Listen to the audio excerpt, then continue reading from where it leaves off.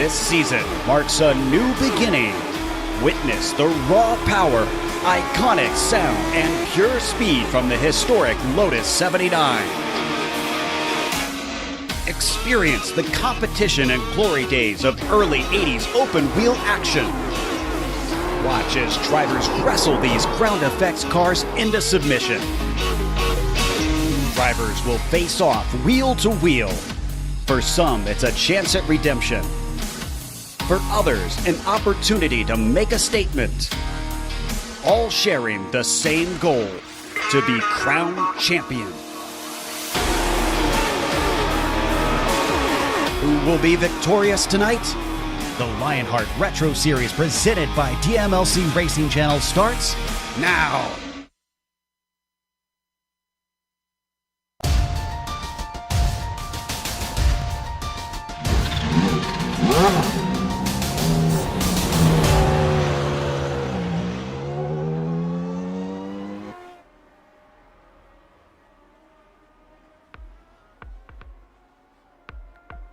Competition, commitment, excitement.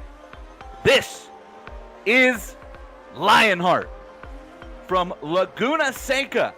It's time for the Global SimRacing Channel's coverage of the Lionheart Retro Series Season 4 Championship presented DMLC Racing Channel.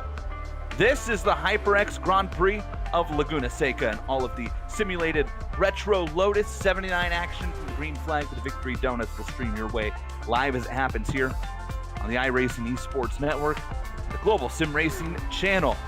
From the track that produced the pass and catapulted Alex Zanardi into superstardom, welcome to another GSRC broadcast and tonight's Sim Experience countdown to the green. Alongside Brian Yatzik, I'm Jason Galvin, joining you live up here in the virtual press box in beautiful Monterey, California for tonight's HyperX Grand Prix of Laguna Seca action. Sean Ambrose has director duties. All the great camera angles coming to you courtesy our good friend Dougie Beard. WeatherTech Raceway at Laguna Seca, as it is now known, is perhaps the most familiar racetrack to sim racers around the globe. Of course, from its status as a home track on Gran Turismo to the intro classes here on the iRacing platform, millions of sim racers around the world have learned the ropes at this fabled track. So what do you say we learn more about it with your GSRC track guide?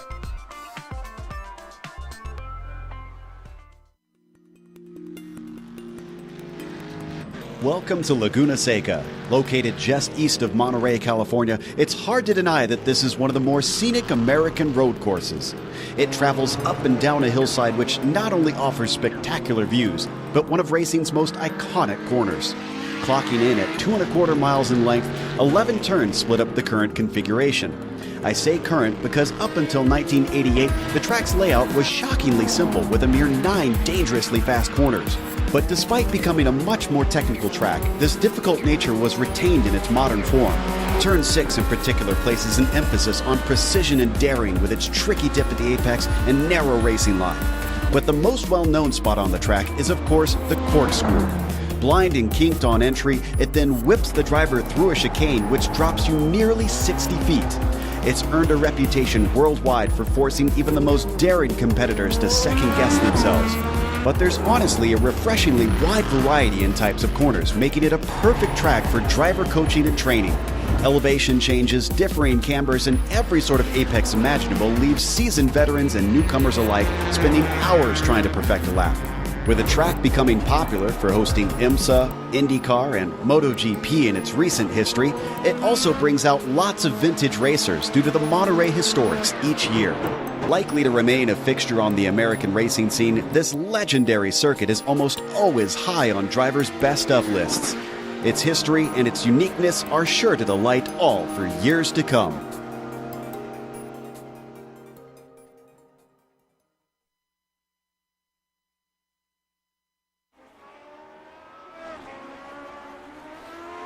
And we welcome back in my broadcast partner, the Wiper Man, Brian Yatzik, WeatherTech Raceway.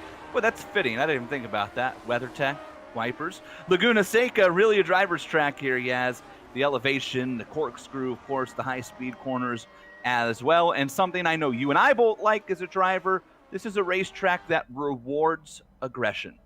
Oh, you're absolutely right, Jason. You know, we talk about aggressive driving, and with the way that you can really chase this Lotus 79 around the track, Laguna really kind of allows the driver to push those far edges of what they can slide those rear tires around. You know, if you noticed on screen, rear tires being so much larger than the front tires with the new tire model that came in last year. We've talked about this several times throughout the years, but it does provide for some fantastic camera angles looking in on the action here. You know, Jason hit it right on the head, and he mentioned the Gran Turismo aspect because I remember spending thousands of laps myself clutched to my PlayStation 2 controller running around this track in every vehicle in that game that we could roll to. So it does bring back some nostalgia. You've got the corkscrew at the top end of the facility. You got the Andretti hairpin at the bottom end of the facility, and everywhere in between, good passing opportunities for the brave, the bold, and even some of the beautiful. With those opportunities provide some danger. You can overshoot the corkscrew and end up way off into the dirt. Any other corners of the high-speed variety on the backside, so basically from the corkscrew down to turn 11, you put a wheel off, it's going to end bad. We saw that a lot at the last road course where you put those rear tires off.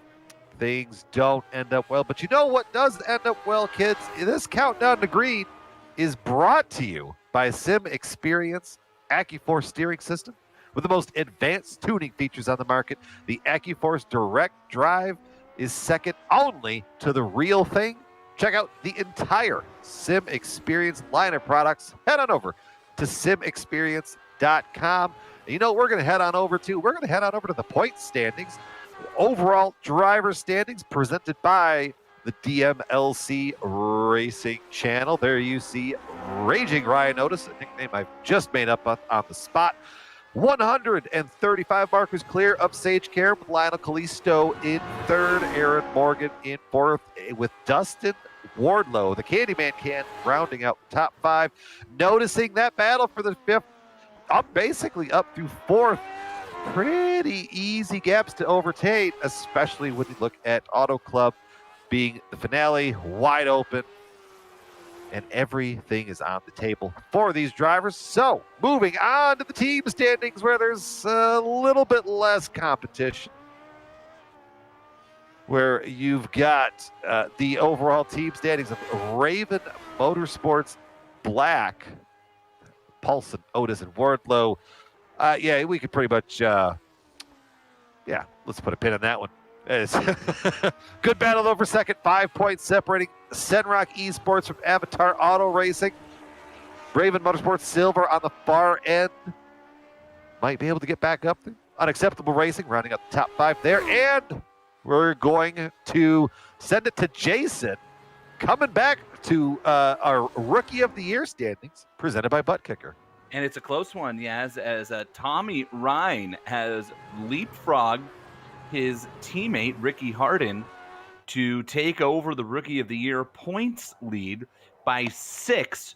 Richie Hearn up to third, 9 back. Jason Bossy from second to fourth is 13 back. So a 4-car battle for the Buttkicker Lionheart Retro Series Rookie of the Year. And as you can tell, just by how much those spots have flip-flopped here just from the last round, boy, do we still have quite a bit to sort out here in the Rookie of the Year standings. Hey, the Lionheart Racing Series is powered by HyperX and is the premier open-wheel racing league on iRacing. With 2 great series, the Lionheart IndyCar Series, presented by First Medical Equipment, had a thriller last night at Kansas, and featured series tonight is the Lionheart Retro Series, presented by the DMLC Racing Channel. Of course, both series race in memory of the late and great Lionheart himself, Dan Weldon. Yaz, why don't you tell us about the series details? Series details here brought to us by Minus 273, the premier name in karting gloves, industry-leading gloves, super lightweight and durable, made of breathable poly spandex. Whether you're a kart or a sim racer, Minus 273 gives you the control to reach victory lane. For more information on Minus 273's full line of gloves and apparel, visit minus273.biz. Don't forget the promo code -273 LHRS15 for 15% off the orders. There you see it, the penultimate round in the championship here of Season 4 with the Lotus 79. Adjusted fixed setup with cash and prizes, a cool $6,671.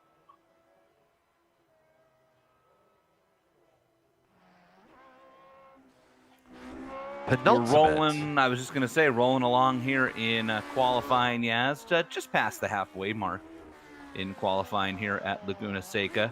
And everybody should have no problem getting all 4 laps in. That's always something that we look at on these road courses. But here, it looks like things should be pretty good to go with the 1 minute and 13 second and change lap times. And let me tell you right now, Sage Karam's got the field pretty covered. 0.4 of a second up on Ryan Otis and a full second up on third place Mike Rasmus. So keep an eye on some things here tonight. I know Richie Hearn is not planning on qualifying, and as we mentioned, he's in the thick of that Rookie of the Year battle. And so Richie's going to start from the back. It looks like Jason Landis is also electing not to take qualifying time here. So there's 24 cars in the session here tonight. But I got to tell you, as I'm looking around, watching a lot of these cars go around the track, and there is a lot of action happening here on the qualifying laps. Remember the new tire model this year in the retro car, and this is the first track we've been to where you really have to kind of hang it out, as you know, you get out there on those rumble strips and sometimes just go a teeny bit too far and get out into the dirt, and that could make for some exciting moments here tonight. Oh, you're absolutely right. And like what I was mentioning kind of at the front end when we were at Road America, a lot of these drivers hanging those rear tires off into the dirt, beyond the rumble strips, beyond the edge of grip, for all sake and measures of these absolutely smalled tires. Don't really grip good on the dirt. So, if you're a fan of chaos and action and, you know, just watching these drivers just hang them out there, hang on. You see classy Jason Bossy climbing the hill. Beautiful camera angles. There is Ryan Otis. Yeah, he might be getting a send-it lap in. I was just thinking here, because Sage Karam's doing the same thing Otis is, where he's really slow and just kind of taking his time, and I think that is exactly what's happening. It looks to me almost like Sage even reset, and Otis might have done the same thing. So maybe they're, as you mentioned, Yaz, they might be going around trying to burn some fuel off and take one more run at it with fresh tires, which is something you can get away with here with resetting things. Boy, I'm telling you, I know we're out there right now watching Ryan Corns, but I keep looking around, and everywhere I look, somebody's wrecking. You want to get to the one car. Here we go. This is, you know, I think back to Top Gear when they did the segment on the late Ayrton Senna, and Brundle was talking about how drivers would literally jump out of the way of the qualifying lap that everybody would show up for that weekend and just watch Senna put one on. You know, I'm starting to... Oh, boy! That might have done it for Otis. There's a certain nostalgia watching that color scheme rip around here, and you know that the driver's aiming for something special. Man, he got all sorts of crossed up in the corkscrewed eyes, calling it off. I think he dropped a wheel. I almost wonder, I haven't checked how many laps he's doing. Nope, that's it. So he's done. Otis will not get Sage. Sage is off as well, and so that's... boy, Sage went off and then hung a right, which we didn't see, but that was kind of fun. I think Yaz and I were both looking. Here's Mike Rasmus, who's kind of taken this series by storm, picked up a win, and has been Mr. Consistent since sliding on over into the Retro Series. He might get this one finished up. He looks like he dropped a wheel as well. I think, is he on a lap here? He won't have time, I don't think. He's got... Maybe. He's on lap 4. This can be really close. Let's put it that way. There's, I don't think it's going to get there. Yeah, it's 35 seconds to get back around. You're probably right. The optimist in me is really hoping we're going to rip off a really fast lap time and prove us both wrong. Mike Rasmus has 10 starts this year in this series with 8 top 10s and 7 top 5s, along with a win at Gateway.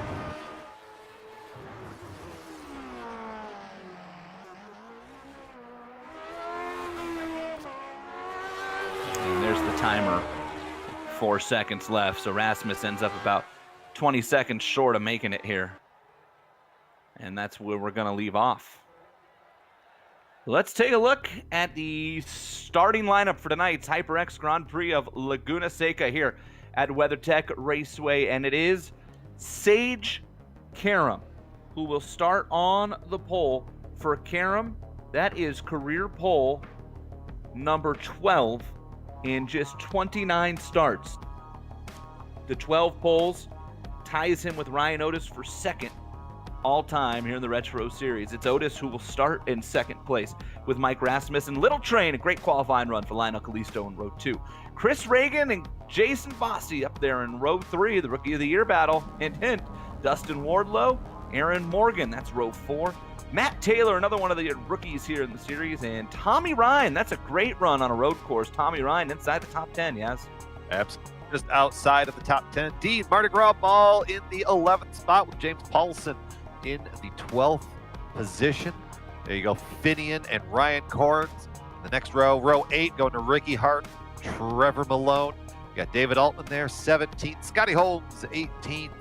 Bobby Mikes sitting there in the 19th spot with Paul Jenkins rounding out your top 20.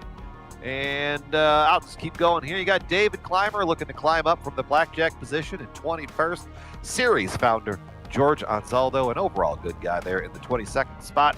Richie Hearn and Tyson Landis, neither driver taking time. Richie Hearn, we know because he's not happy with his internet connection, and we don't know with Tyson Landis, but maybe he just likes a flair for the dramatic.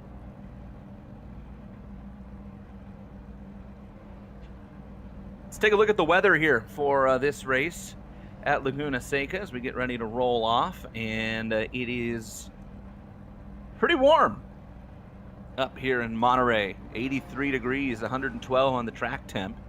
See the winds, and they are blowing mildly at 7 miles an hour to the northwest. 30% humidity. Boy, I don't know who built the weather here for Laguna Seca. That's pretty accurate for like mid-July. Woo!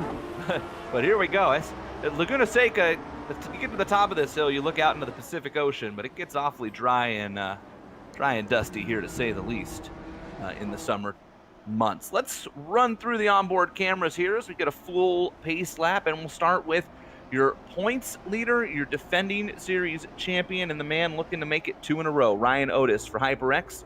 The Lionheart Racing Series is powered by HyperX. There we go. Sage Karam, minus 273 on board there. Minus 273 durable, lightweight, breathable racing gloves. Check them out. Minus 273.biz. Use promo code minus 273 LHRS15 for 15% off all orders. The rookie Mike Rasmus for Sim Experience, second only to the real thing. Head to simexperience.com and check out that AccuForce Sim Experience wheel. I think one of those found victory lane last night, yes? So, I would absolutely say so. There we go. On board the HyperX camera with Richie Hearn. Whatever you play, however you play, HyperX knows we're all gamers. Use promo code LionHRT15 at HyperXGaming.com.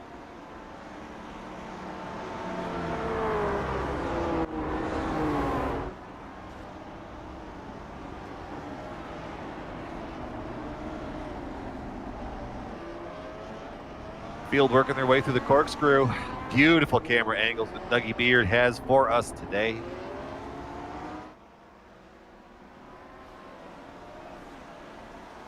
Going to be a picturesque race for sure. The pace car will peel off here at the bottom of the hill, and Sage Karam will have a choice on when to go. Usually, the pole sitter will take him down through the corner here and then power down. We're ready to go. WeatherTech Raceway at Laguna Seca. The green flag flies for 56 laps in the penultimate race of the Lionheart Retro Series season presented by the DMLC Racing Channel is underway. And Mike Rasmus challenging Ryan Otis for P2 down into turn 1. Sage Karam's going to power down and get away clean. The battle for second, they're clean through turns 1 and 2. And here we go up the hill, Yaz. Up the hill there, you see him in rank. Sage, Rasmus, Otis. Ooh, got a couple cars trying to get dancing off in the back of the field. It looked like Finian, I believe, in the 94 had a couple wheels off there. Goodness gracious, look at that, sweeping up the Rahal straight, turn 6, leading up this beautiful long straightaway. Ryan Otis tucked in line, setting up something for the corkscrew. Nah, maybe not on lap 1. Bossy hanging that. I think Bossy took a very wide angle on that too. Looked really cool.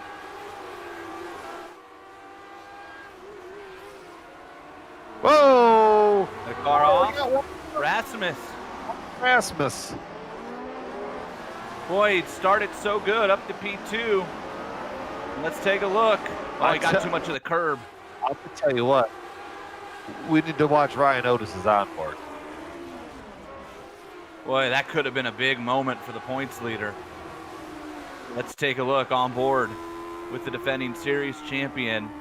And man, look at him jump on the brakes. And boy, shout out to Chris Reagan, who was right behind Otis and could have easily run him over and did not, as turn 10 claims its first victim.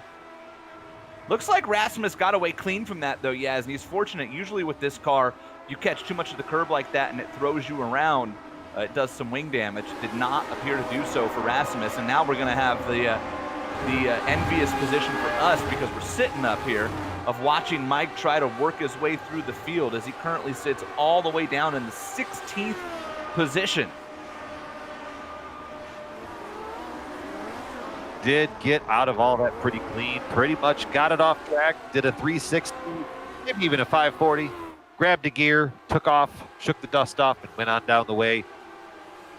Good battle for the 3rd spot there. Ryan Otis has opened up a gap on Chris Reagan now. And you are on board with Reagan. Looking out the back of that car towards Little Train, Lionel Callisto. Reagan up 2 spots here in the early going.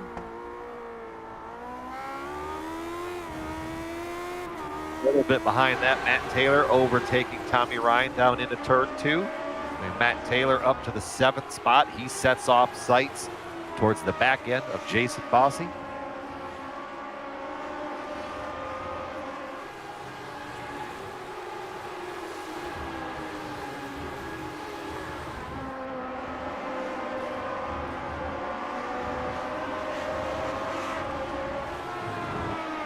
Battle for P3 starting to heat up once again. Chris Reagan is in control of that. Little Train Callisto chasing him through the corkscrew. Aaron Morgan, Jason Bossy, all giving track. Just the elevation changes here alone is just fascinating to watch these cars just move around this facility. Oh boy, and I missed this, but Richie Hearn has had a rough go of it here, he has, and he just knocked Paul Jenkins out of the race.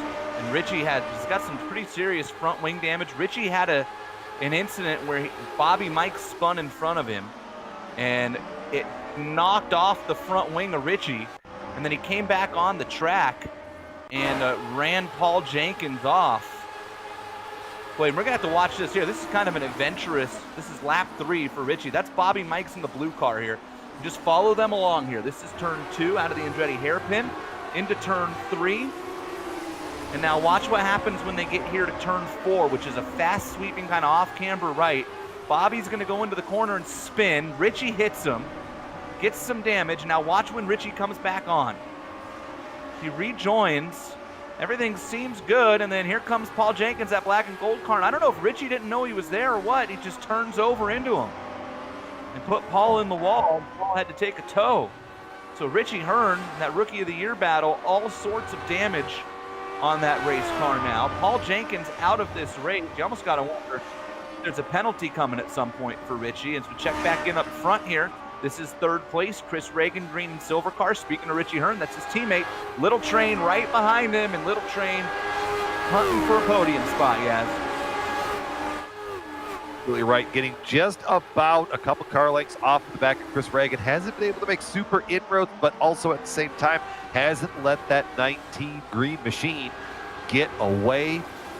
Minding the gap back to Aaron Morgan as well. Oh, Callisto getting some wheels off there between 3 and 4. Closer, working their way here. Let's take a look at our race analysis brought to you by Buttkicker. This is a 56 lapper, and they say the maximum fuel stint here is 29. Now, I'm here to tell you that Richie Hearn gave me a little bit of 411 here before this race. And for those of you who are not old enough to know what 411 means, that means like the inside info, you know. That's called Google. Yeah, we have Google now.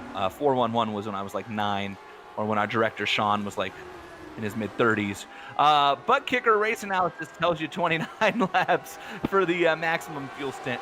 Richie says that's really hard to do, to one-stop it. He said you basically have to go in heavy fuel-saving mode the entire time, and the pit delta is like somewhere in the 27, 28 second range. So if you're not going to fuel save and make to lap 29, then you need to go hard to make sure that you're making up the difference on that delta from whoever you are racing if they do make it that far. So we'll keep an eye on that. Of course, be unlikely that somebody incident points out of this one. There is a rule for that eventually here in the Lionheart Series, but you rack up penalty points, and that's not good if you're running for points here in this series. And we're keeping it right here with the best battle on the track. These guys are already 11 seconds back of Sage Karam, who is just pounding the field here on lap 6, and he's 7.5 seconds up on Ryan Otis. Of course, part of that's because Otis had to jump on the binders when Rasmus had his problem there on lap number 1 as they come down the corkscrew and hang a left here.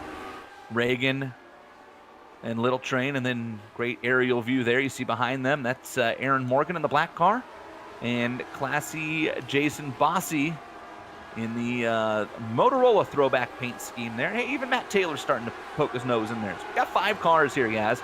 3rd, 4th, 5th, 6th, 7th that are all within a stone's throw of each other as they come down into turn 2. Remember, Taylor got around Ryan a couple laps ago and started setting off towards this pack. Little Train, I feel like he has 2/3 of the track that he gets better than Chris Reagan. But the problem is Chris Reagan, the thirds that are important is around turn 11, and he kind of could easily get that run to defend the Andretti hairpin. So then Callisto sets off, gets all the way back up towards the rear end, and then loses it all again turn 11 and has to set sight. I feel like I've been watching the same script over and over again. Meanwhile, Aaron Morgan dragging him up there. Bossy's coming with them. We've already talked about Taylor. Don't look too far back, though. Black and yellow goal, or black and yellow machine. Black and yellow, black and yellow. Tommy Ryan.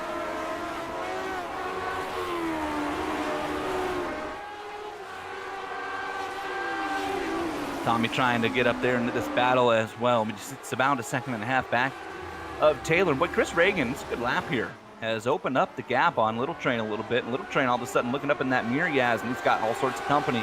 Aaron Morgan got a good launch out of the final corner as they come up the hill on the front straight here and now tuck on down into turn 2. And look at Aaron Morgan popping to the outside, and that's making Little Train defend low.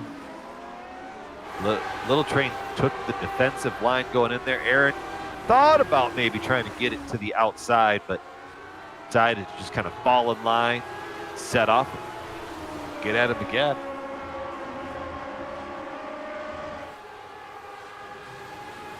Had an incident getting down into the Andretti hairpin there.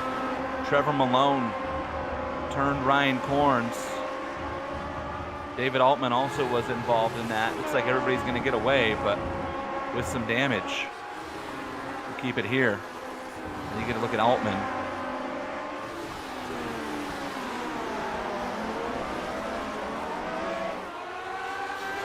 The battle up here, staying solid. Great run by Chris Reagan, starting to open up that gap.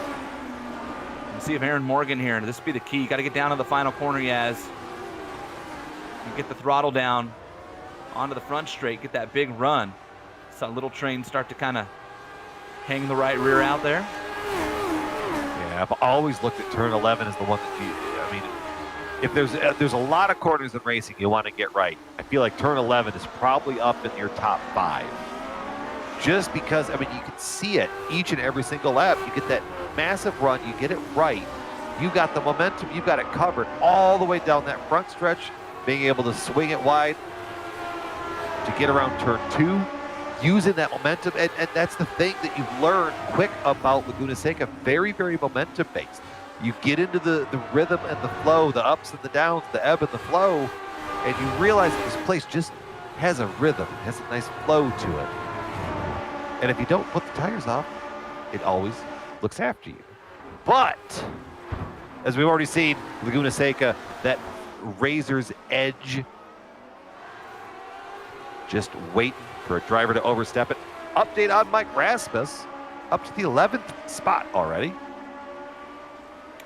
Knocking on the door of Mardi Gras here to get back in the top 10 as you ride on board with the SimExperience camera, second only to the real thing at simexperience.com. Mike Rasmus, who, what did he finish last night? Yes, 4th? Jumped up into 4th in the IndyCar race last night after quietly kind of hanging around at the back all night. We've been fortunate on the loud pedal side of things over at the IndyCars to pick Mike up, and what an addition to the team he's been over there. Very unassuming young man. Just kind of quietly goes about his business, and then at the end of every race seems to pop up with a good finish in the IndyCar since he's joined that series. But boy, here in the Retro Series, man, he has been a force since he showed up, and you saw him just blow by Mardi Gras like he was standing still to get back into the top 10. And there, saw that great camera view there under the Mother's Polishes Bridge. See kind of just how far ahead Mike had to go to catch up Dustin Wardlow's. Ricky Hardenoff, I'm told. Ricky is around. Ooh. The 5 machine crab walking. We're going to find out why right here on replay.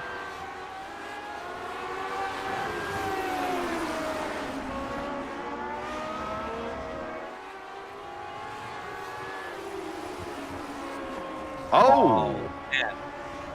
Oh, hard hit for Ricky Harden. Boy, that's a weird spot. Yeah, it's usually when turn 4 bites you, it bites you because the back end just kind of gets loose with that aggressive turn in. But that time it looked like Ricky might have missed the entry and caught the curbs. That's an unusual moment there, and that car is, to put it politely, ugly. Yeah, that's there is no alibi for that car. Let me tell you. I've seen the county fair bump and run cars look prettier than that one. Ricky coming to pit road here, and because he's in the Rookie of the Year battle, I'm going to guess he's going to park there and see how much they can fix. But just looking at that thing, that might be a meatball. We'll have to wait and see. Tommy Ryan got company. That's Candyman, Dustin Wardlow coming up the hill behind him there. Tommy in the black and gold car. Looks at the Northern Tools car, right? Right, yes? Yes, sir. And Dustin Wardlow back there, and the Dewars, candies, and chews, and ice cream. And let me tell you, if you are looking for like the most crazy, unique gift for a loved one here this holiday season, you need to check out our good friends at Dewars. I am certainly partial, because they're in my hometown of Bakersfield. DewarsCandy.com. Talk about a company that's been around for over 100 years. Yeah, people hear taffy chews, right? You think of saltwater taffy. Saltwater taffy sucks compared to this. Let me tell you. I don't. If you think saltwater taffy is the greatest thing in the world, you need to have Dewars taffy chews because they're 10 times better. And if you hate saltwater taffy, you need to have Dewars chews because you're gonna love this. You'll find a taffy that you love. They're hand-rolled chews. They got homemade filling inside. It's incredible. Yaz, how many boxes you put down? How many boxes? You know, it's better if we don't say that number out loud. Yeah, well, I mean, I don't know. That's Dustin. You're helping out Dustin there with the holiday shopping, I'm sure. So, look, I'm just telling you, DewarsCandy.com. You will not regret it if you are looking for the coolest, tastiest candies you've ever had. We're checking in on Sage Karam. Sage is 14 seconds ahead. All right, thank you very much, Director. Let's move on to somebody else now. Just kidding.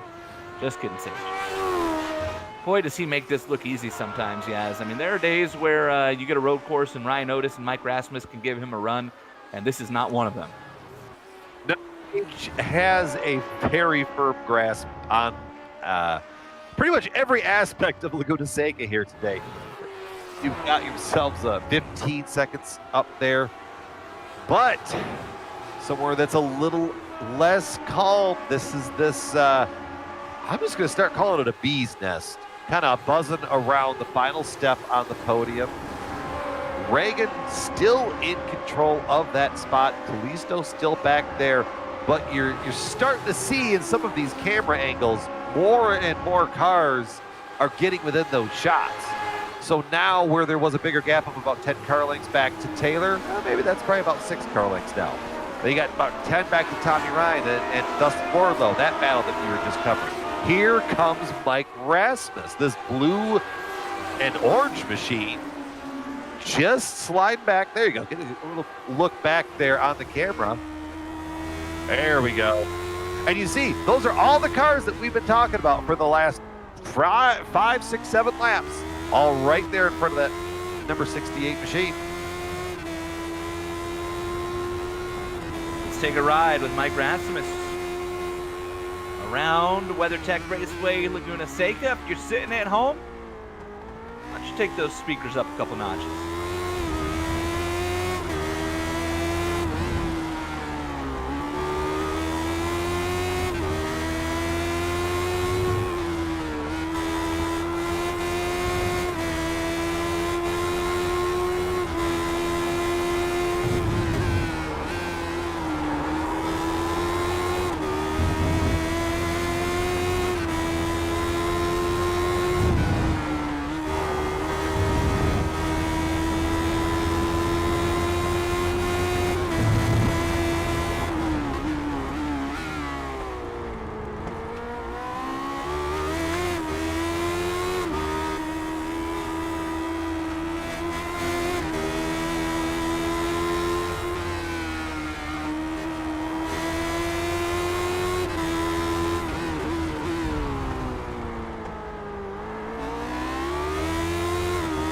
Out of the final corner and up the hill, Mike Rasmus trying to chase down Dustin Wardlow.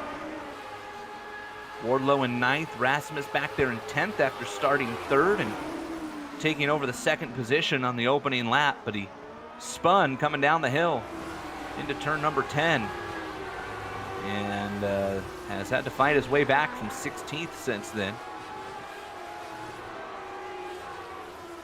Rasmus will get around Wardlow and up to P9. Some house cleaning notes here. Something happened with Dean Mardi Gras Mall. We missed what it was, but Dean has dropped out of the race. So has Ricky Harden. So Ricky Harden is officially out. They could not get that race car fixed, Yaz, and so that really throws a curveball into a couple of things here, specifically the Rookie of the Year standings. We got Trevor Malone off. Trevor Malone's around. Boy, that, let me just tell you. Oh, there's another car up there too. Turn 4. Turn 4 is running away with the George in that as well. Turn 4 running away with the Super Bowl pool for cars destroyed in this race. Oh, Trevor. Oh, George. Oh. Into the tires.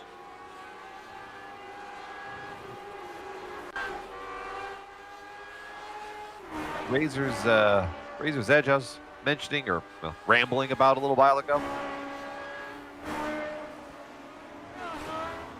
Well, speaking of cars that have had a rough race, here's Richie Hearn, who's now lost a lap back there in the 17th or 16th now as he comes around and cycles on up. And Richie has 22 races here in the Retro Series.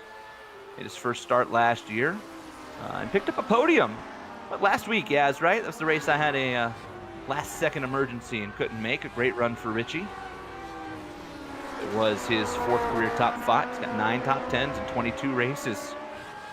Richie Hearn, Sir Richard, as I like to refer to him as of this very second. Lives in the Vegas area. And yes, if you were unfamiliar with the Lionheart series, you're thinking to yourself, Richie Hearn. I think I remember that name. That is the same Richie Hearn that was victorious in the IRL, Las Vegas Motor Speedway. way back.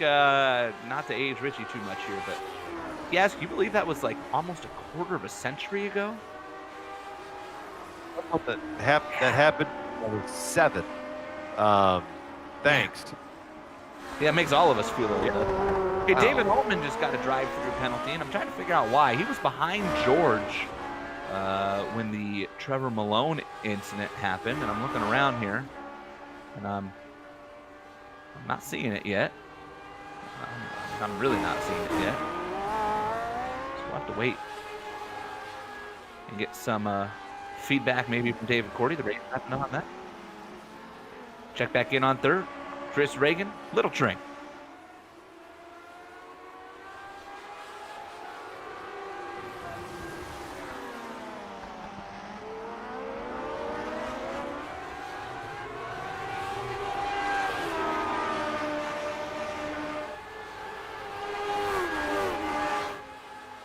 Still in control. Callisto giving chase down the front stretch down here into the Andretti hairpin. This corner right here is deceiving on just how tricky it is to get it right. It looks like just a gentle right-hander, life's okay. But the way that you set up into that corner, so easy to overblow it. Well, let's take a look back at Rasmus. His charge through the field continues. Matt Taylor is the next driver on the menu for the 68 machine, poking the nose out. Hello, I'm here, sir. Taylor. I think Taylor wisely just said, all right, no. You go ahead. Because I think he knew that Mike Rasmus potentially was going to get that aggressive line into the corkscrew and just decided that best to keep rolling on. Now, Rasmus is up to the 8th spot, setting his sights on Tommy Ryan. The back half of this race, Rasmus, he could get up to Bossy, and then if he gets up to Bossy, that's going to be real good battling for that last step on the podium.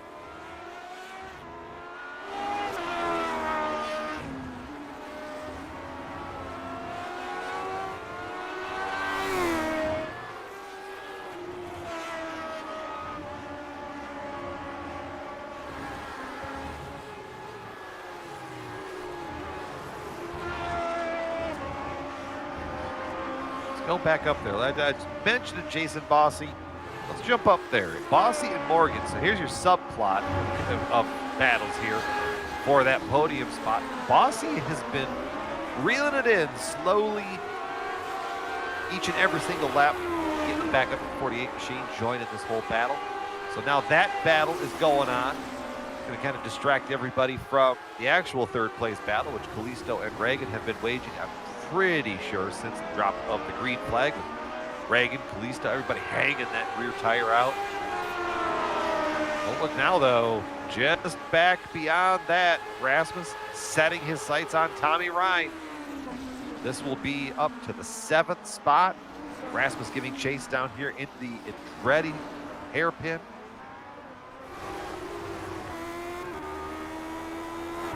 Looking back now from that number 99 machine, watching Rasmus, that blue car, get bigger and bigger in the mirror.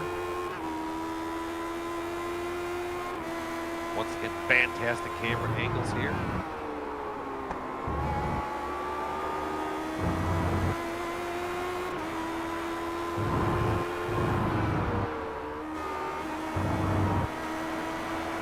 Now we've been able to put together a couple good corners there, build up a little bit of gap, but I think we're going to watch that gap evaporate through the corkscrew here. Rasmus is just attacking it and just carrying so much momentum out of that into turn 9 and turn 10.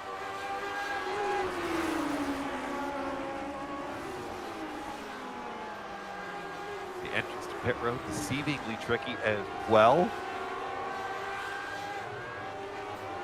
A little bit of better exit for Ryan off of 11, building that gap back.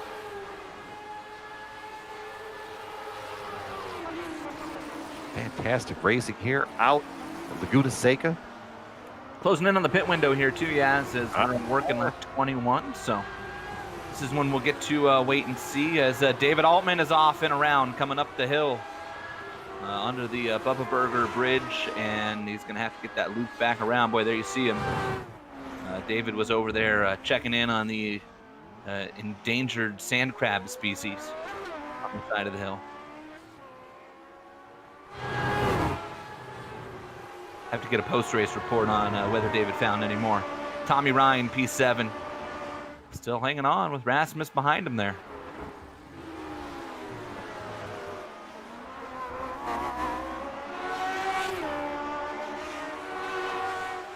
I will say that battle didn't get completed as fast as I thought it would, with the way that Rasmus was starting through the field. Ryan getting aggressive on the curbs, have to take the defensive line now into 11, which I think is just going to give way to Rasmus being side by side on exit. Maybe Tommy's just going to let the 68 go right here. I don't know if Tommy had a choice, Yaz. Let's put it that way. Yeah, well, you know, sometimes you can just allow the inevitable to happen or put up a little bit of a fight. But I tell you what, Tommy did a good enough job of hanging on there and holding off Rasmus. And now Mike's got a pretty sizable gap. You see it there to classy Jason Bossy. It's about 4 seconds.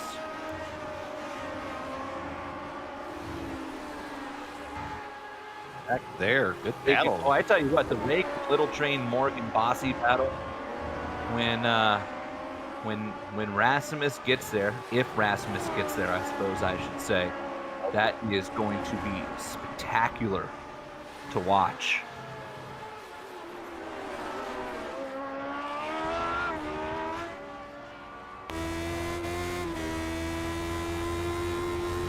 Right on board, your championship points leader, Ryan Otis on the HyperX camera. Down here into the Andretti Straight. Ooh, a little bit of back and forth there on the steering wheel. You watch that. See how you get a better angle for this corner. It's so tricky, Jason. It's just, I can't really describe it. Just why that corner always frustrates me here. Yeah, I always actually, believe it or not, I always for some reason really struggled with 11. And I don't know what it was, but I just could never get comfortable. It wasn't necessarily that I couldn't get through there quick. I just couldn't get comfortable. Now, here's a section of the track I absolutely love. That is coming up. Turn 6 to me is one of the greatest corners in racing from a driving standpoint. Now, it's obviously there's zero passing that ever happens there, but when you go through 6 up to the Rahal Straight, I mean, that is like a blip the throttle and pray type of corner. And man, when yeah, as you know this, when you hit it right, there's kind of a little dip on the inside of the corner. And when you hit it right, it hooks the car and shoots you up the hill, and man, does it feel good. And when you miss it, if you don't have fast repairs, it's a great way to go over beer. When you get that right, you know you've achieved the perfect mixture. Oh, Wardlow! Boy, and I'll tell you what, Wardlow just got a break as well. The last lap, Matt Taylor, who was chasing Wardlow, spun. Ironically, it was up there in the turn 5, turn 6 complex. And so Wardlow lost all the pressure from behind. He was on Tommy Ryan. Here's that turn 11, Yaz, and it looks like just a little too much throttle there.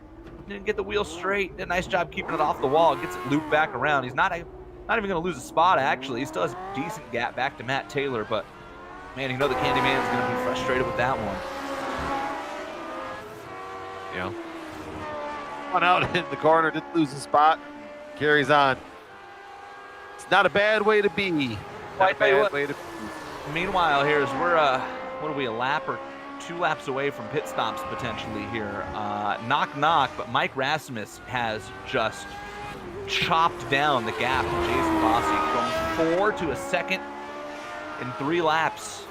And Rasmus is about to start knocking on the door here to make some moves. See Sage Karam, and this leads up to 17 seconds. No offense to Sage, but well, let's just say he could Sunday cruise this one. He'd probably still be in pretty good shape. I'll tell you what, he could go on Sunday cruise and he could be into about a Wednesday cruise by now.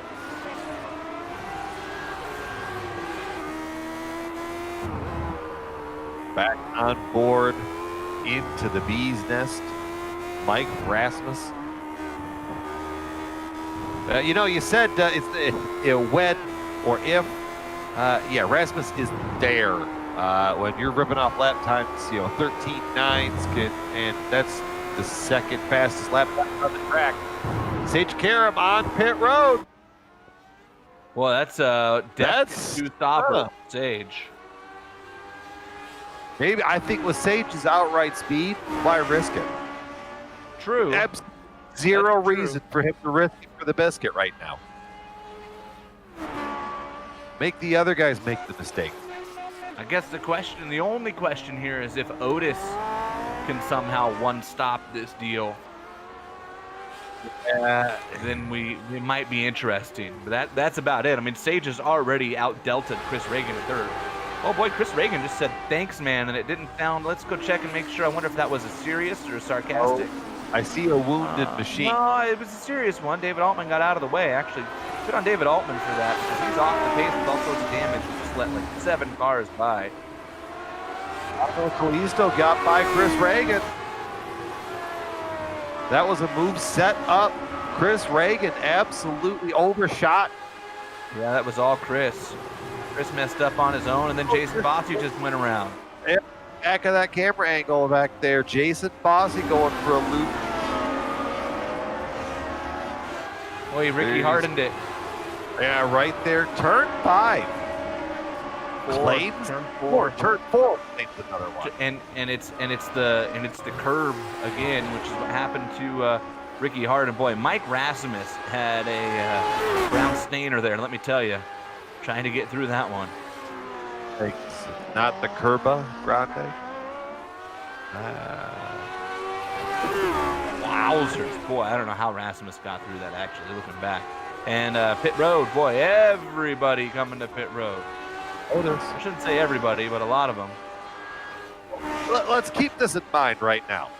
Ryan Otis over Sage Karam is about, let's call it 10 seconds. What does that say on screen there? 8.5. Yeah, let's go 8.5. So if somehow that gap can maintain, let's say it drops to 4 in another 3 laps, Otis is the smartest person in California right now. Yeah, I just wonder, is he coming this time? No, he's going one more. Boy, I tell you what. I don't know if Ryan Otis is going to get back around to pit road, but if he does, he has successfully one-stopped this race, because remember, we had the pace lap, so we're going to stay with him and watch here.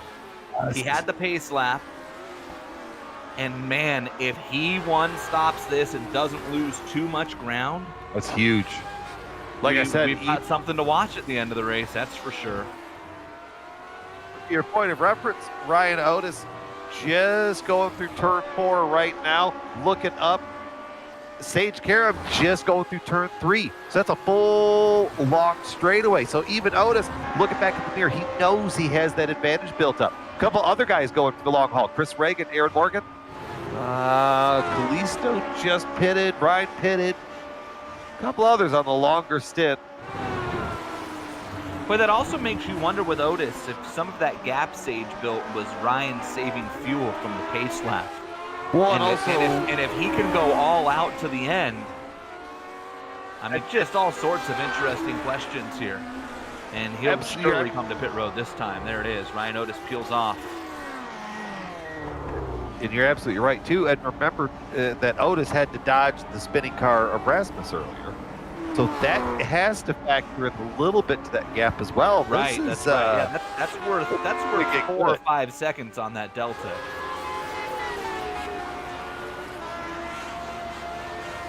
And here we go.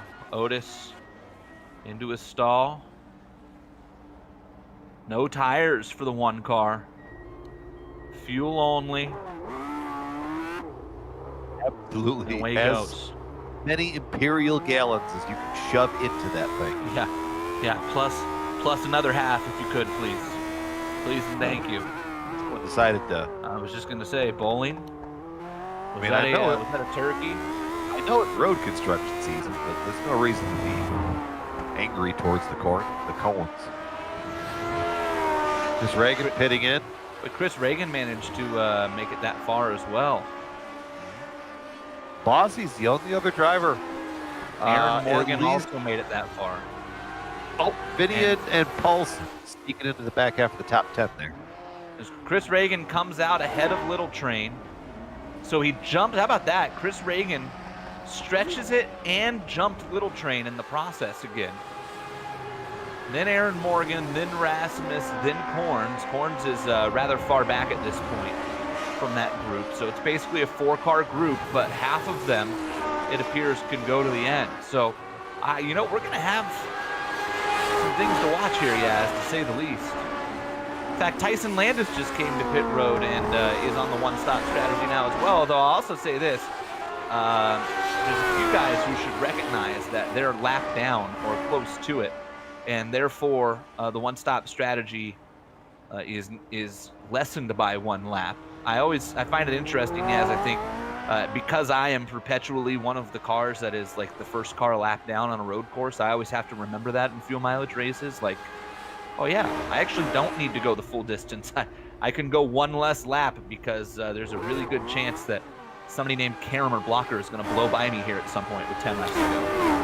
True, if you're, in fact, there, I sometimes look at it, they lap you, go, well, hey, that's 1 less lap just down the track, period. Oh yeah, also yeah, one less lap for me to rack up incident points. Exactly. Not gonna lie, I've had a couple nights on iRacing where it go, yeah, go ahead, leader, go ahead. Yep. I just want to be. Barber this year in the IndyCar stands out vividly to me. We're with about 6 to go. Adam got there and I went by. Oh, Little Train's off. Little Train, he hung on to it. Boy, that's gonna be a bucking Bronco ride. You can kind of see it there in front of Aaron Morgan. Goes off on the exit. You're gonna watch it right here. Sweep it through the corner. Right rear, just off.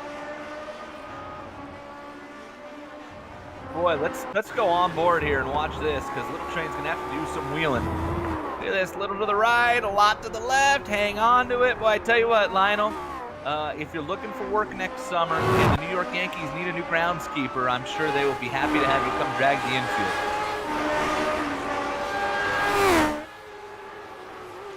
Fantastic to see that 97 machine just out there. Well, here's Rasmus next to Aaron Morgan, and Mike Rasmus up to the 4th position, yes. What a drive from 16th to 4th in 30 laps after that lap 1 spin. So it's an absolutely astounding drive. Rasmus appears that he's hovering around the same strategy as Sage. So Mark Rasmus probably into the 2-stop category. I would think the spin essentially guaranteed Mike, or made it, I shouldn't say guaranteed, but probably made it pretty hard for him to try and 1-stop it, because you use so much fuel trying to loop it back around. Mike now going to go try to chase down Chris Reagan and jump up into a podium spot for the time being. And remember, Chris is on that 1-stop strategy as well, so he would be wise to just move on over when Rasmus gets there. Which, based on the lap times he's been running, will probably be like the next lap. Yeah, I was going to say. So somewhere around now. Yeah, just about the time that you come out of the Andretti hairpin here. Oh! Rasmus almost... Reagan had a moment going into the corner. There's some smoke down there, and I'm trying to figure out what that was. Well, Tyson Landis spun in front of Reagan. That's what it was. Tyson Landis got down there into 1 and spun, and boy, Chris Reagan, boy, I tell you what, I give Tyson Landis credit, because he spun and took a toe, Yaz, and that might have saved Chris Reagan's race. Could have been really bad. Let's take another look at it here. You'll see what happened. And Rasmus too. So here's Landis. Comes down, loses the rear end, slides around. Now watch this. And gone. Boy, I tell you what, yeah, Reagan and Rasmus were both Hunting in the wrong direction there. Heads up move by Tyson Landis to get to the reset button and just get it off the track. He was running around the last car on the track without damage, so nothing to really lose anyways.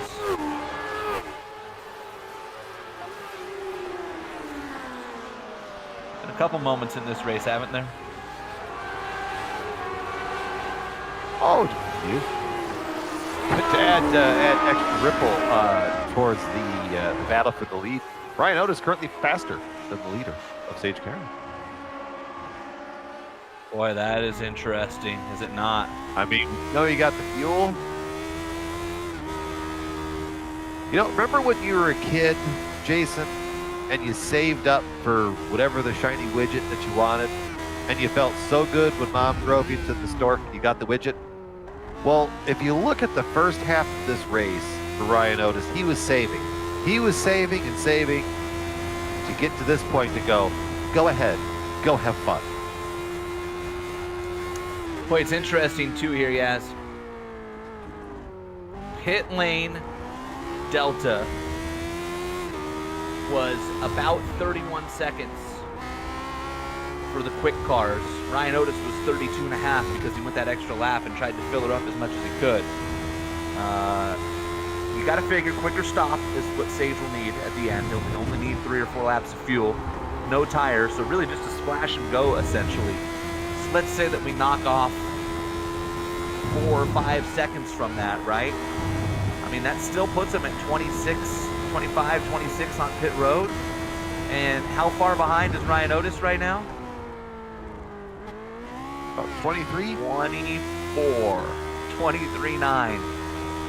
So, I mean, Ryan has to do everything in his power to stay kind of right where he's at on Sage. And Sage Karam's going to need the pit stop of a lifetime if all things stay the same. Let's take a look at 7th. Is this Tommy Ryan and classy Jason Bossy? It sure is, boy. And boy, is it sure. That Dougie Beard camera angle there, we popped to it and looked like a scene out of Driven going up the hill, didn't it? There's no quarter on the track.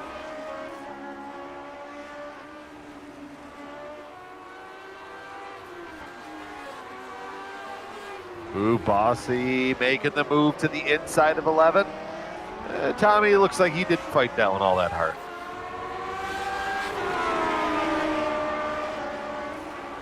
But there you see the run that you could build from the corkscrew. Bossy going defensive there. I took that. Okay, I thought he had a little bit bigger of a gap there.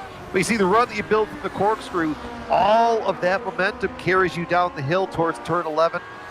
Build that gap up, build the advantage, drive on away.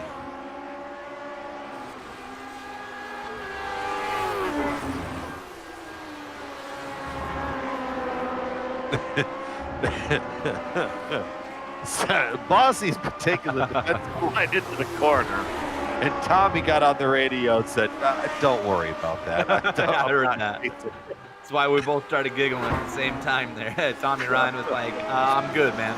I will ride in 8th." Yeah, I admire the dedication, but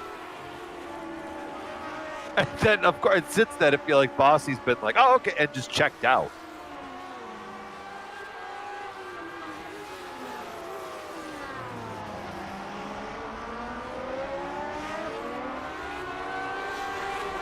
Rasmus on pit road.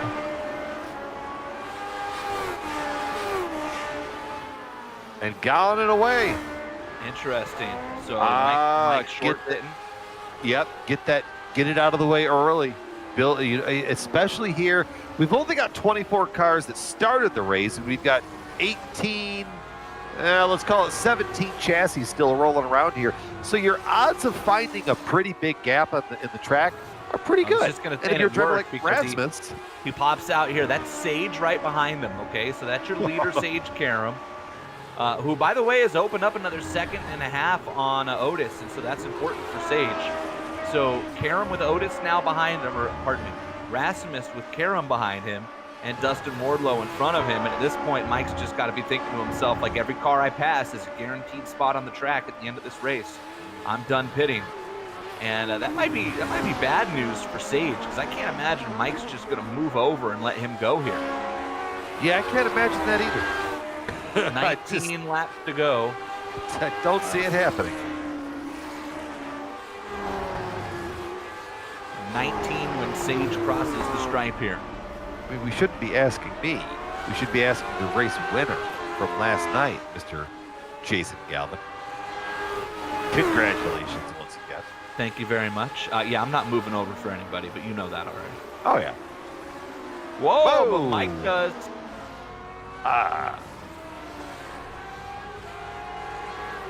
Boy, Sage. I was not expecting that. Sage licked the stamp from, like, Sonoma Raceway to make that move. Boy, and then he caught the curb. Whoa, man.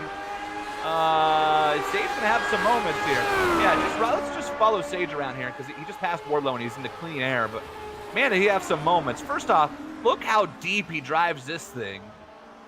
And then watch when he gets to turn 4, which has already taken enough race cars out of this race to build its own graveyard. Dale Jr. would be jealous. And watch this. Ooh. Thump. Boy, you can see the car, and look at him. Dropped a wheel, kind of. Man. That was a holy shnikes moment. Sage just dropped a few wheels. I show him at 5 incident points. Ryan Otis is at 1. I think he dropped a wheel when he was avoiding Rasmus. A couple cars are still clean in this race. Chris Reagan, Tommy Ryan, James Paulson.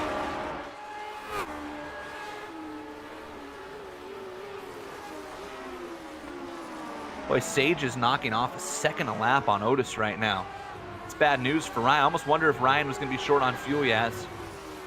I wonder if he needed to save a little more. It had to be. It's the only thing I could think of. As you watch Wardlow try to hold on over Rasmus there.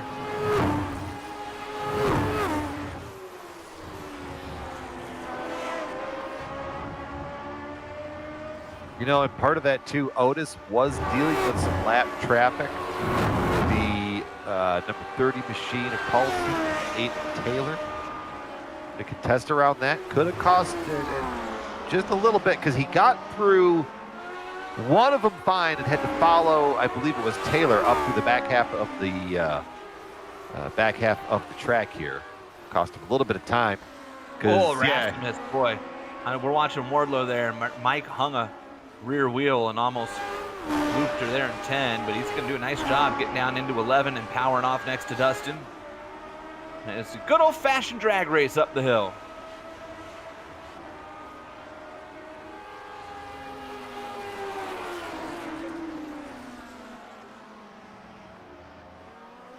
Give the spot to Rasmus. He'll power down and start to inch away from Wardlow. Next book.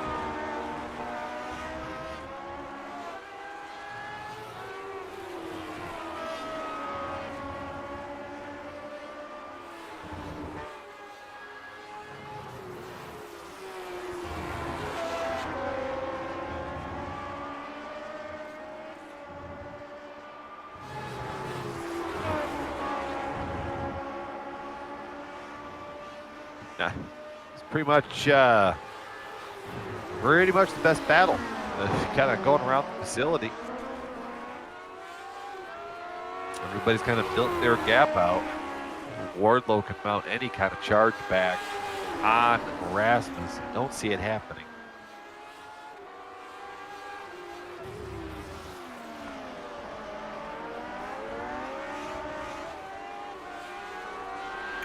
Aaron Morgan's doing a nice job kind of hanging around with Chris Reagan there. The gap's the 2.5. That's 3rd and 4th. Remember, both of those cars, as far as we know, can go the distance from here on out. Can I tell you something I missed, Yaz? Jason Bossi went a lap further than even Otis and Reagan and Morgan. How in the heck did he do that? Like what? Like I'm reading that right? Unless he didn't 2-stop. Boy, that's smoky. Some smoky Unique fuel line there, right? Yeah. Thought iRacing had anti-cheat software, yes? What's going on?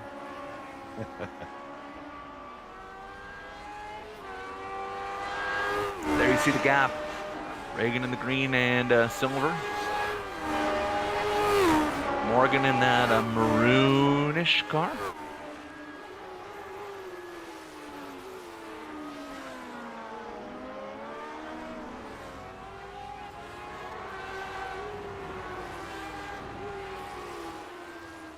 Aaron Morgan's another guy that started running with the silver on the IndyCar side of things, yes. Wish he streamed. I think some of our viewers would get a kick out of that. He's one of those guys who likes to talk his way through a race, and man, let me tell you, probably get some entertaining content if you were just watching his stream as he talked his way through different situations and scenarios. Of course, probably doesn't want to stream because he probably sits there and talks about his strategy the whole time, so then his competitors can just tune in and be like, I guess know what lap Aaron's pitting on, right?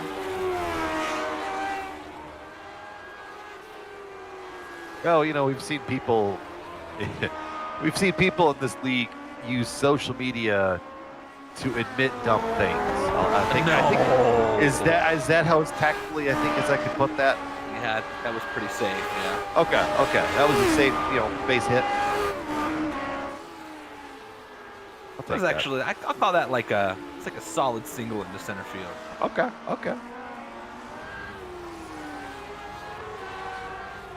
But yeah, that's happened.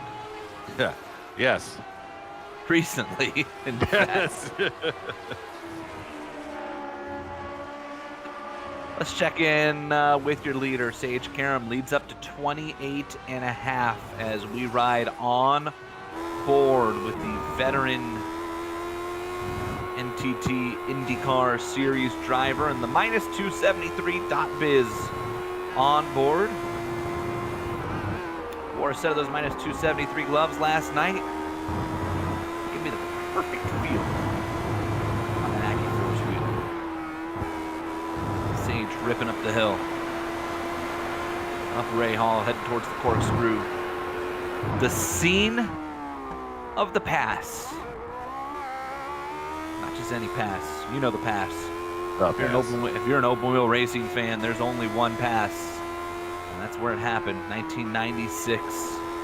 Alex Zanardi and Brian Herta from my hometown, Santa Clarita, California. My rival high school, Brian and Colton for that matter. Still live down in town, see him around every once in a while. Man, that was going to be Brian's first win, and then it wasn't. It wasn't real fast, right. Yeah. He made up for it. He'd win Laguna Seca the next 2 years, in 97 and 98, and then went on and won a couple of IRL races for the Andretti team. And now he's turned himself into quite a team manager and race strategist. A couple of Indianapolis 500 wins with the late, great Dan Weldon and Alex Rossi. And got a feeling it's a matter of time before Brian calls his way to a championship as well. When you're working with drivers like Alexander Rossi and Colton Herta, I mean, almost just feels like a matter of time before both of them are IndyCar champions. Of course, it'll help when Scott Dixon says that he's finally had enough. Yeah, when Scott Dixon lets everybody else play with his toys. The entire IndyCar field probably hoping and praying that day is sooner than later. Let's check in here on 7th. Tommy Ryan. And here's Rasmus. Remember, Mike Rasmus already completed his second pit stop. So Mike is pedal to the metal from here on out with nothing to lose and only spots to gain.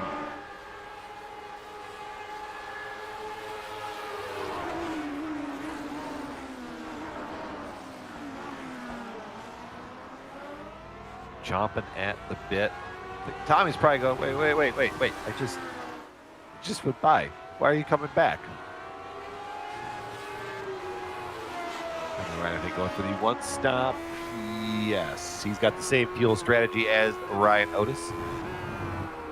Rasmus, it was looking like he was going to get real feisty, real punchy, heading off into that corner. Sticking the nose out. I don't think Tommy Ryan was planning on the one-stopper, Yaz. I'm just looking. I don't think he was planning on it, but he's been lapped, and so now he's able to do it, if that makes sense. That good old lap coming into play there. Lap field comes into play. Now Tommy can effectively make it.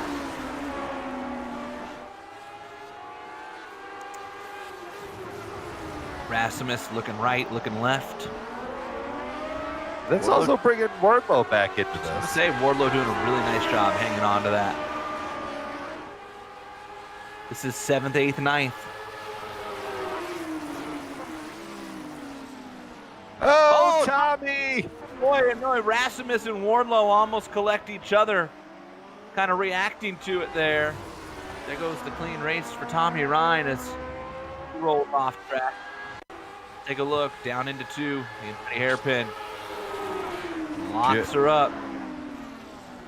Just missed it. Just wherever he was braking, just missed it by that much more. And you see where Rasmus and Wardlow now can continue their battle. 7th and 8th. Look at Dustin. Was he thinking about making a move into the corkscrew? Then probably thought to himself, you know, I watched that Alex and Brian Hurta video, and I'm still not sure how they made it, so I'll hang on. Boy, Aaron Morgan, meanwhile, has climbed all over Chris Reagan for 3rd. Let's roll on board with the 48 car. Chris got through turn 4 better. But Aaron's been really good. I've been watching this up the hill here. Here's where Aaron starts to kind of reel him in. In through 5. And here's that turn 6. The blip of the throttle and hammer down. Pretty even through there for both of them. Now to the corkscrew.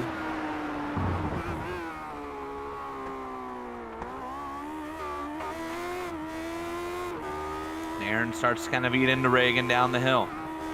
Turn 9. Here's 10. Down into 11. And a great job by Aaron there. He cut a decent chunk out of Reagan as they head up the hill.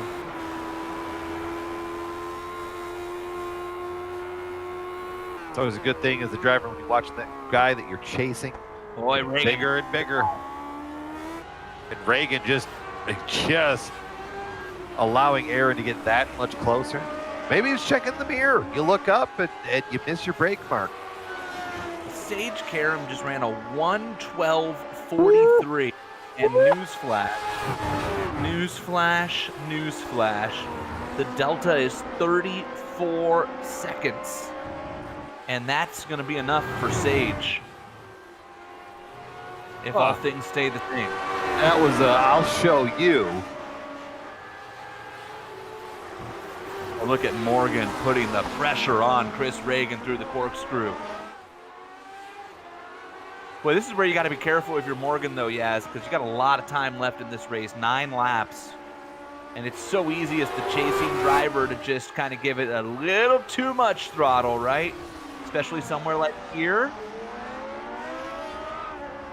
Yeah, the art of chasing around the road courses. It's all about throttle management because you get close, you get excited. Maybe you're up on the delta as well. If you run the delta bar, you got all that positive flowing through you.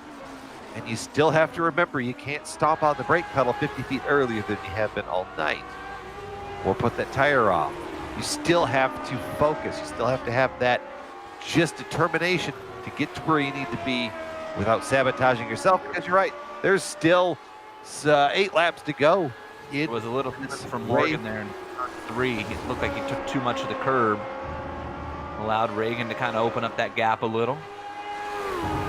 That's the other thing, yeah, as you get a track like this, a couple blind corners. There's one of them, right? In turn number 6, the corkscrew's blind. And if you get too close to the car in front of you, then you lose your reference points, right? And then you're kind of at the mercy of that car. Like, well, I hope he's got it pointed in the right direction.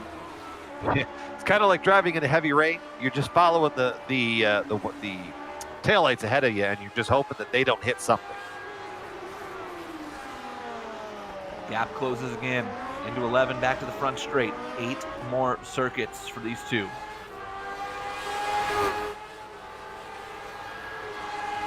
And these two, like I said, from the drop of the green flag, 1948. Another purple lap for Sage, a 1:12.36. Ryan Otis has picked up the pace pretty considerably, 1:12.84 last time by, but might be too little too late from your defending series champion.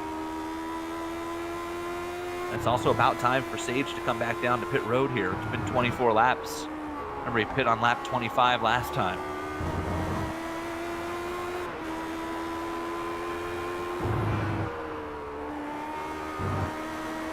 Especially with that extra pace there.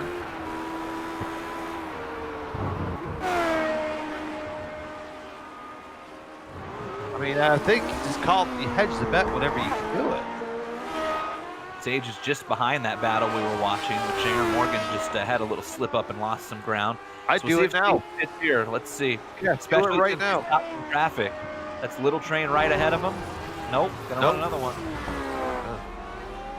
He knows more than us. Whoa, look at him. You think he's taking it easy?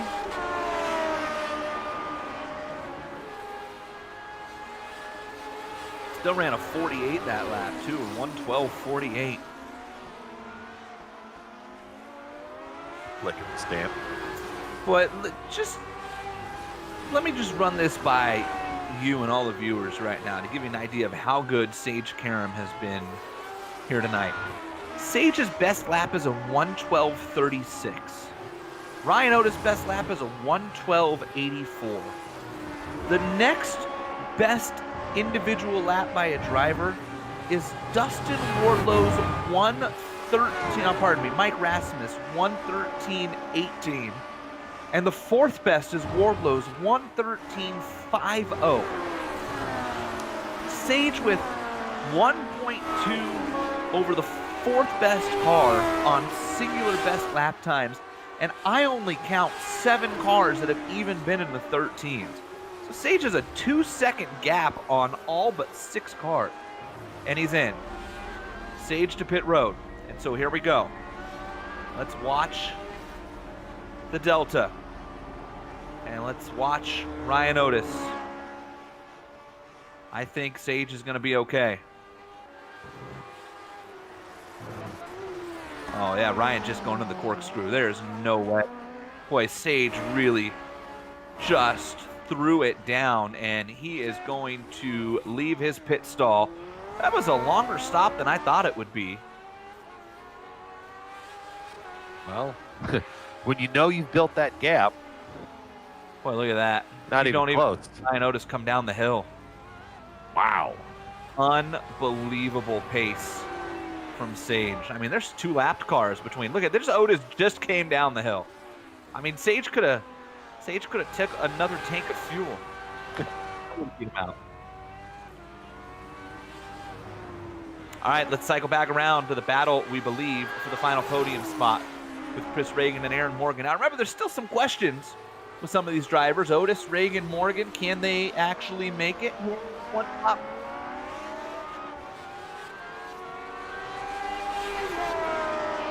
Oh, Sage Karam my goodness. got a pit road penalty? No. We are hearing that Sage Karam sped on pit road, and that will be a drive-through penalty. And that is the case. Boy, you didn't take it that time. Boy, and I got to tell you what I think is happening here, Yaz. If I'm Sage, I know I can run, 2 or 3 laps before the black flag puts me in. If he did, in fact, get one, I am running the best 2 or 3 laps of my life to open that gap back up to Otis. Yeah, about 2 more qualifying laps. Yeah. I'm going to say, Director Sean, can we get a quad box going here? We need to try box at least. Sage, Otis in this battle for 3rd. No pressure. Boy, every time Aaron Morgan gets close, he slips a little, and Chris Reagan has just been Mr. Smooth.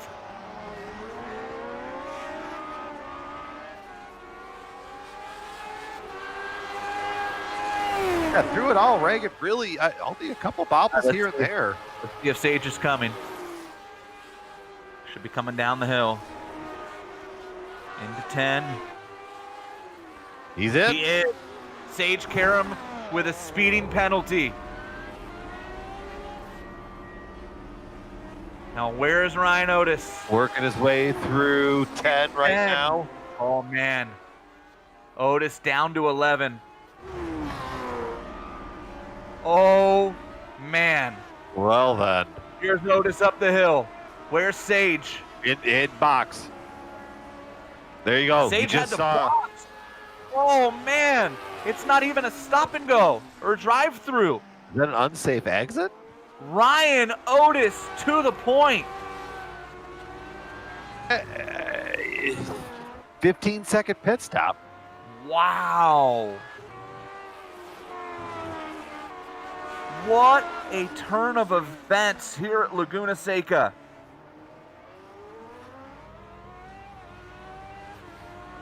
Oh, and drama for the podium. Oh. Chris Reagan had an issue while we were watching that. He got loose in turn 5. He got loose in turn 5 on the last lap and dropped the right wheels, and Aaron Morgan drove on by. Let's take a look. They're just out of 4, and watch it here.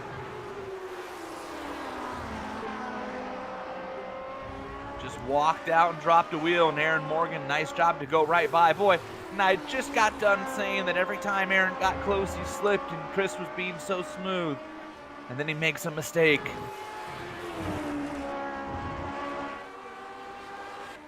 And look who's out front. The defending series champion. That Buttkicker graphics #1 for Ryan Otis. A 135-point lead coming into tonight. Double points at the next race. But if all things stay the same, Ryan Otis is a lap and some change from clinching back-to-back championships. There are not enough points available for Sage Karam to catch Ryan Otis. And all Ryan has to do is get down the hill and around the circuit one more time.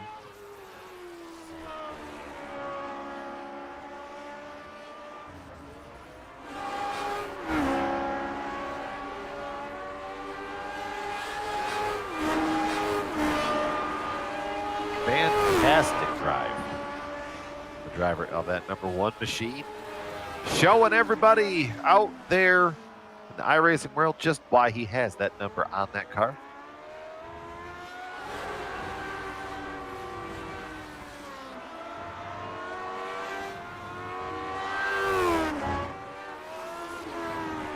Sage Karam hurt by the fact that he missed some races while chasing his real-life racing career and running in IndyCars. And so Sage will end the year, I believe, 1 race short on total points.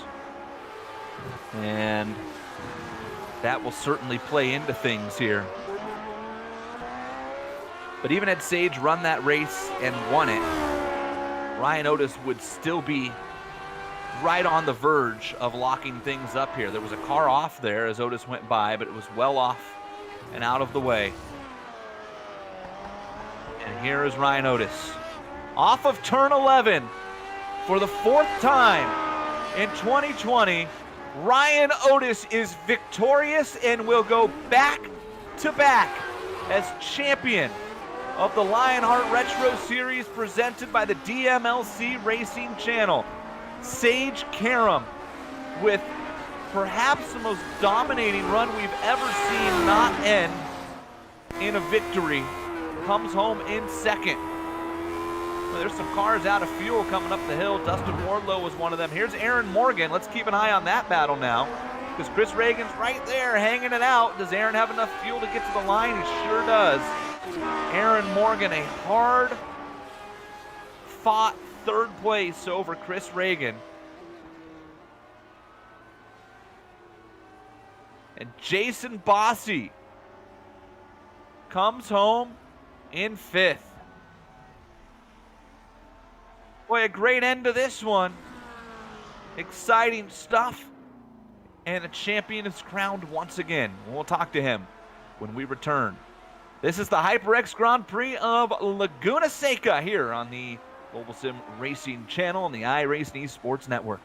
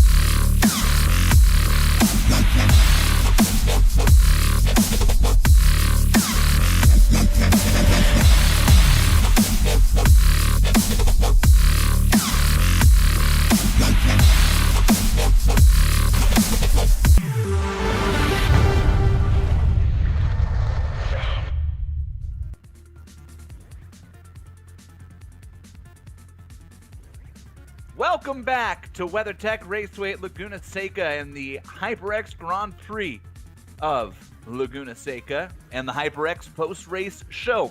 You know, the Lionheart Racing Series is powered by HyperX, and when you're trying to claw your way to the top of the podium, it pays to have ultra-comfortable, high-quality headsets that give you the audio information you need to grab the checkered flag. From high-performance DRAM and SSDs to outstanding mics, accurate mice, responsive keyboards, of course, the legendary Cloud line of gaming headsets. I promise you won't even realize you have a headset on. HyperX makes the gaming gear you need to succeed. Casual or pro, no matter your creed, your color, or your culture, we're all gamers. HyperX is always ready to game. Use the promo code LionHRT15 at HyperXGaming.com. And if you don't have your HyperX headphones plugged in for the next segment, don't worry. You'll be able to read the finishing results thanks to our good friends from Turn Racing, merging the gap between real and sim racing. They have a promo code as well at turnracing.com. It's Lionheart10. What a stunner as Ryan Otis becomes the third winner in 3 attempts here at Laguna Seca and picks up the 4th win of the season, and for his career, win number 9. Sage Karam. Boy, you talk about heartbreak. I'm not sure I've ever seen a driver dominate a race the way he did here tonight, and all he has for his 2nd place. Aaron Morgan, late move to get around Chris Reagan for 3rd place. Classy Jason Bossi brings her home in the top 5. Mike Rasmus on the lead lap after that spin gets back to 6th. The 2-stopper really hurt him. And Little Train also finished on the lead lap, comes home in 7th. Tommy Ryan, David Clymer, and Finney DeCunha. Boy, we didn't talk much about David and Finney in here tonight. I'm not sure we even said their name after the starting lineup there, but both of them bring home top 10s. Dustin Wardlow, the Candyman, in the 11th spot with Matt Taylor just behind him. James Paulson in the unlucky 13th. You know, it is officially Friday the 13th in 2020, so prepare for whatever tomorrow is going to bring. Trevor Malone in the 14th spot with Scott Holmes 15th. Corns taking 16th with 17th to David Altman. Tyson Landis, Bobby Mikes, and Richie Hearn rounding out your top 20 in that order. Series founder George Anzaldo, after an early meeting with the tire barriers, ending up in the 21st spot. Dean Mardi Gras Mall in 22nd. Ricky Hart 23rd, and Paul Jenkins unfortunately shotgun on the field tonight. Let's talk to your race winner and officially now back-to-back Lionheart Retro Series presented by DMLC Racing Channel champion, Ryan Otis. Ryan, congratulations. I'm sure that you had no visions of winning that race with 5 laps to go, but you did everything you had to do, and Sage made a mistake, and here you are in victory lane. What a way to clinch a championship. Yeah, boy. I felt like I didn't really earn that one. Sage had me on speed, and kind of my only hope to make it close was to really save fuel pretty much the whole race to try to make it to lap 28. So I kind of, yeah, I mean, even if I had been pushing, 100% and making it a 2-stopper, he still would have had me just on pure speed alone. So yeah, he did a great job. I know he got that speeding penalty at the end there. That was a real bummer to hear on the radio because we were chatting on team chat. I kind of felt for him there. So I got to give him props for just having just the raw speed today. I think he had all of us covered for sure. Boy, what a season you've had, though. Now you get to go into Auto Club, and I know that you're generally kind of Mr. Conservative, especially on the ovals. That's why you've been so consistent. 13 top 5s, 13 top 10s coming into this race tonight, and 14 races counted in the points. And you're going to add to that tally here with this win. But you gotta be looking forward now to Auto Club. It becomes kind of a celebratory race for you. You get to kick back and kind of run it as hard as you want and not worry about any repercussions there. It's been a long time since you've been able to do that. You were in this dogfight with Sage all year. Oh yeah. It's been, man, he did such a great job all year, and I know he missed a couple of races, and that really put him behind the 8 ball in terms of points. But yeah, he's been phenomenal, and we've kind of just been chasing his gearbox all year on the road courses. And then, the ovals, kind of anything can happen there. So you just try to play it smart and kind of be safe for the first half of the race and try to stay in the top 10 or so and just kind of try to have a shot there. So it's kind of been my strategy in terms of being consistent on the ovals. But yeah, like you say, going in the Auto Club, I guess unleash the hounds and just see what happens. I still put in a lot of effort just to be clean. You don't want to wreck anybody, but there's those opportunities that if you're thinking long term, sometimes you back off a little bit, and and sometimes you don't. So I think Auto Club will just be fun. Just go out there hanging with the guys and have some fun. Well, congratulations, Ryan. We look forward to it. We'll handle the formal accoutrement that night and present you officially with your 2nd championship. But I can tell you that it is over. and a second consecutive championship for you here in the Retro Series, presented by the DMLC Racing Channel, is just truly a great accomplishment. You've been a great ambassador for the series and a great friend to all of us here. So congratulations on the championship and on the win tonight. Oh, thanks, guys. Thanks. Really appreciate it. Ryan Otis, your 2020 champion, and picks up the win here tonight. And Brian Yazik, you have the honor of talking to Sage Karam, and I'm sure a disappointed Sage. Yeah, Sage. Let's just get the elephant out of the room.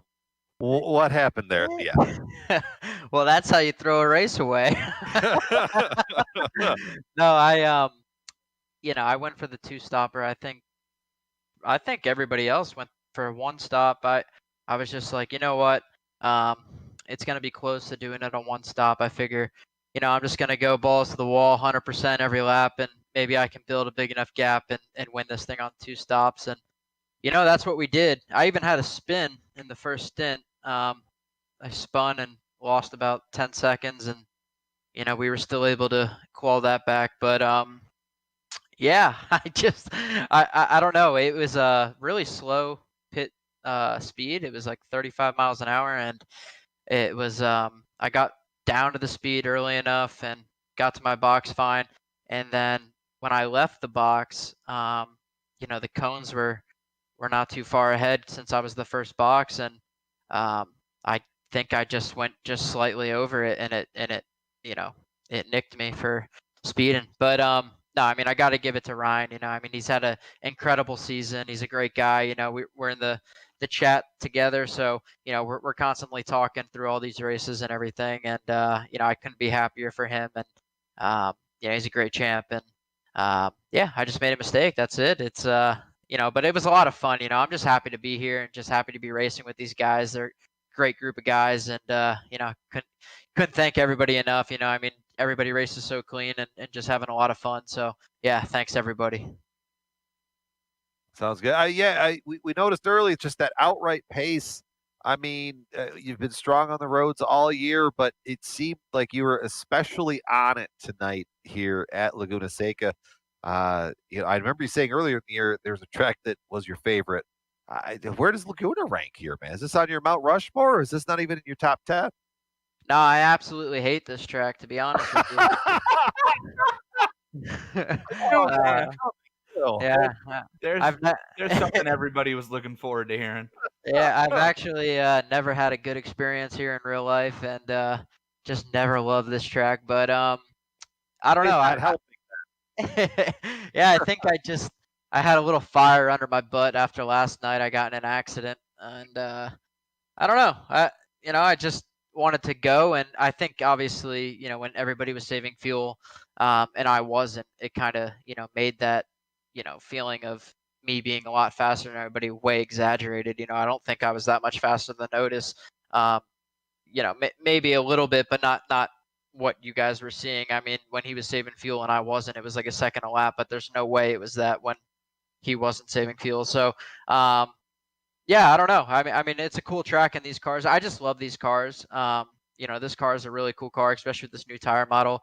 As you go on in the stint and further in the race, since we don't take tires at the halfway point, it just gets looser and looser and looser, and that kind of just like fits my driving style, and I just love, how that feels. So, I hope the IndyCar gets the new tire model soon because I love it. Good. Sage, we'll catch up with you at Auto Club next month there for the finale. Till then, we'll catch you on track next week and then the IndyCar. Yeah, sounds good, guys. Thank you. You, Sage Karam, on the way out of the podium. Jason, you've caught up with Mr. Morgan. Yeah, one of the new F&Gs over at Loud Pedal Motorsports on the IndyCar side of things. And Aaron, man, great job here tonight. That was a heck of a battle you had with Chris Reagan towards the end of this one, and then Chris made that mistake, and you zoomed on by and held him off. Exciting race for you in third place. You got to be happy with. Oh yeah, the main thing is just relief. I can't tell you like how pressured I've been to get like another podium since Pocono, when I just threw away the win, and then since then I feel like I've kept having these like Sonoma should have been a podium. Gateway, I ran second all race, and it's just to get it on the last road course. It's just a huge relief, and hopefully I can go out and I don't know what the points look like yet, but hopefully I can still go and get third. I know double points in the last race. That's definitely possible too. So, tell you what, give me a second, and I can give you a pretty good idea here. You are 24 points back of Little Train, so I would say you have more than ample opportunity to get up there and take third place in points. Yeah, that's gonna be the big thing for me next time out. It's just relief, man. I'm so exhausted about that too. I was trying to push Reagan so hard so he'd make that mistake, and I was pushing hard too. Yeah, we noticed you got a lot of airtime. Let me tell you, that was pretty much exclusively what we watched at the end there. How hard is it here? Yaz and I were talking about it. I just remember it's been a while since I've turned laps here in an open wheel car, but it's got to be difficult here with so many blind corners to be that tucked up behind the car in front of you like you were behind Chris and still hit your own marks. Yeah, definitely. It is really difficult, especially when the apexes of all these turns have this big killer red curb that if you hit, it'll take your wing off or it'll send you spinning, especially going into the kink. I mean, there were so many moments in that race where I started turning in early and I had to just totally bail on it to save it. And it's even harder when you get so close. And you get the dirty air with it too, so it might not respond the way you expect it to or something. So it is difficult. Well, congratulations. What a great run for you here tonight. That was a lot of fun to watch. You pick up a podium, like I mentioned, 4th in points now. You're 24 back a Little Train and got a 31-point cushion back to the Candyman, Dustin Wardlow, as well. So that'll be fun to keep an eye on when we head into Auto Club in a couple of weeks. Great job. Thanks, man. Hey, and congrats last night. And thanks for having me in Loud Pedal in the Indy Series, man. Appreciate it, and definitely been fun having you there, man. You've been a great addition. That's Aaron Morgan, comes home in 3rd here tonight, up to 4th in the point standings, and that is going to do it for the final road course race of the 2020 season here in the Lionheart Retro Series, presented by the DMLC Racing Channel. What a way to close it out, crowning our champion. We want to thank the DMLC Racing Channel, and we want to thank Sim Experience for sponsoring Victory Lane. Of course, Sim Experience AccuForce steering system, the most advanced tuning features on the market, and the AccuForce Direct Drive, second only to the real thing. Head to simexperience.com to see their full line of products. HyperX, whatever you play, however you play it, HyperX knows we're all gamers. Use that promo code LionHRT15. HyperXGaming.com. Of course, our friends at Buttkicker as well. Feel what you've been missing, you can use the promo code LION2020 at thebuttkicker.com. And Mark Cohn at the DMLC Racing Channel, you will get to hand over the championship trophy to Ryan Otis here in a couple of more weeks. If you're interested in reaching out to any of the sponsors you see on the screen, head to LionheartRacingSeries.com to learn more information. Here at GSRC, we use music provided by June Lalonde. If you want more on this original music, contact info provided right there at the bottom of your screen. Of course, you see some of the other great programs we use as well to make these broadcasts come true. Retro Series returns for round 18. I call it the championship race, but we just crowned the champion. So I tell you what we're going to have, Yaz. We're going to have ourselves a good old-fashioned shootout at Auto Club with these cars. I think it's going to be fun, but what do you think? Yeah, it's gonna be a great race. And now with everything left to settle out for the end of the year, I think there's only one way that we just I think we get the joy of watching that race unfold. Auto Club always puts on a show, especially of these cars. It'd be a great way to send off season 4.